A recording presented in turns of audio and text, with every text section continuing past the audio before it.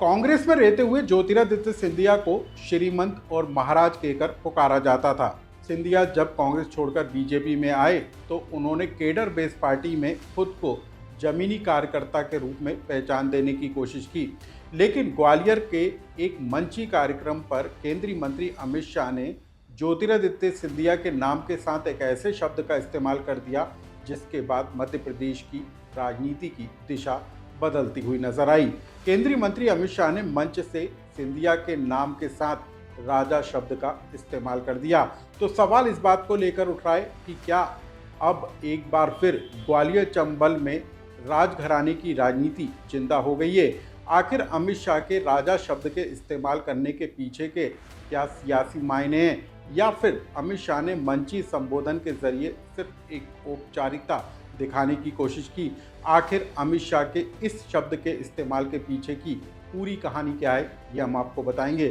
साथ ही हम आपको बताएंगे कि मध्य प्रदेश की राजधानी भोपाल में एक एनएच को 10 लेन किए जाने को लेकर कैसे एनजीटी के आदेश के बावजूद 1500 पेड़ों की बलि चढ़ा दी गई, और अब इस पूरे मामले को लेकर हंगामा बरपा हुआ नजर आ रहा है। नमस्कार, मैं हूं अनुराग श्रीवास्तव और आप देख रहे हैं एमपी डायरी।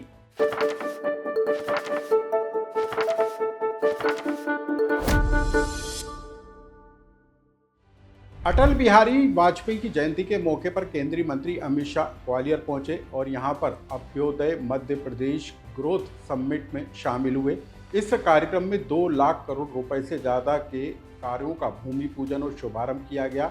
इसके जरिए दावा किया जा रहा है कि मध्य प्रदेश के करीब 2 लाख लोगों को रोजगार के अवसर मिल सकेंगे। केंद्रीय मंत्री अमित शाह ने यहां पर उद्योगपतियों के साथ संवाद भी किया, लेकिन इसी मंच के कार्यक्रम से अमित शाह ने केंद्रीय मंत्री ज्योतिरादित्य सिंधिया को लेकर एक ऐसे शब्द का इस्तेमाल कर दिया जिसको लेकर अब सियासी मायने निकाले जा रहे हैं। दरअसल अमित शाह ने ज्योतिरादित्य सिंधिया का नाम संबोधित करने के साथ उनके आगे राजा शब्द का इस्तेमाल कर दिया, और इसी को लेकर अब चर्चाओं का दौर तेज हो गया है। सवाल इस बात को लेकर उठ रहा है कि क्या मध्य प्रदेश में बीजेपी के राजा अब ज्योतिरादित्य सिंधिया होंगे?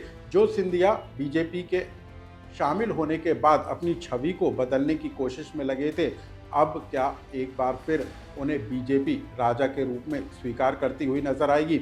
आखिर मंच से कैसे अमित शाह ने सिंधिया के नाम के आगे राजा शब्द का इस्तेमाल किया, उस बयान को आप सुनिए। साथ ही आप उस बयान को भी सुनिए जिसमें केंद्रीय मंत्री अमित शाह ने मध्य प्रदेश के मुख्यमंत्री मोहन यादव की भी पीठ थपथपाने का काम किया। मोदी जी की मंत्रिपरिषद में मेरे साथी और यहीं के गुना के सांसद राजा साहब ज्योतिरादित्य सिंधिया जी, धार जब हुआ वहां पर भी इंडस्ट्री लगे, तभी जाकर ये भौगोलिक लोकेशन का बड़ा फायदा मध्य प्रदेश को मिलता है। मोहन जी ने सोच समझकर ही किया होगा, मगर मैं इनको बहुत बधाई देना चाहता हूं कि आपकी क्षेत्रीय इन्वेस्टमेंट समिति ने मध्य प्रदेश के चहुमुखी विकास का बहुत बड़ा नींव डालने का काम किया है। अब हम आपको बता दें कि ज्योतिरादित्य सिंधिया कई बार सार्वजनिक तौर पर इस बात की अपील कर चुके हैं कि उन्हें श्रीमंत या महाराज शब्द के साथ संबोधित न किया जाए। वो एक आम कार्यकर्ता हैं। बीजेपी में आने के बाद सिंधिया की कार्यशैली भी बदलती हुई नजर आई। सिंधिया ने कार्यकर्ताओं के साथ कनेक्शन स्थापित करने के लिए, मेलजोल बढ़ाने के लिए उनके घर जाना शुरू कर दिया और एक आम कार्यकर्ता की तरह अपनी छवि को विकसित करने की कोशिश की। यानी कि सिंधिया ने बीजेपी के रंग में रंगते हुए खुद को जमीनी कार्यकर्ता बताने के लिए जो है कुछ नई पहल को शुरू किया। लेकिन अब जबकि ग्वालियर में एक बड़ा कार्यक्रम का आयोजन हुआ जिसमें बीजेपी के तमाम बड़े नेता मौजूद थे, और उसी मंच के कार्यक्रम में केंद्रीय मंत्री अमित शाह का सिंधिया के नाम के आगे राजा शब्द का इस्तेमाल करना इस बात के मायने लगाया जा रहा है कि ग्वालियर चंबल की राजनीति में राजघराने का जो दम है और सिंधिया का जो दबदबा है वो एक बार फिर प्रभावी होता हुआ नजर आ रहा है। और अमित शाह के इस शब्द के इस्तेमाल के साथ ये भी अब कयासों का दौर तेज हो गया है कि ग्वालियर चंबल में क्या सिंधिया का कद पहले की तरह ही बरकरार रहेगा। एमपी डायरी की दूसरी बड़ी खबर भोपाल के अयोध्या बाईपास पर बन रहे 10 लेन से जुड़ी हुई है। इस 10 लेन के निर्माण को लेकर पेड़ों की कटाई की जा रही है और 1500 हरे भरे पेड़ों को काट दिया गया। ये सब कुछ तब हुआ जब 22 दिसंबर को ओपन कोर्ट में एनजीटी ने इस बात का निर्देश दिया कि एक भी पेड़ काटा नहीं जाएगा।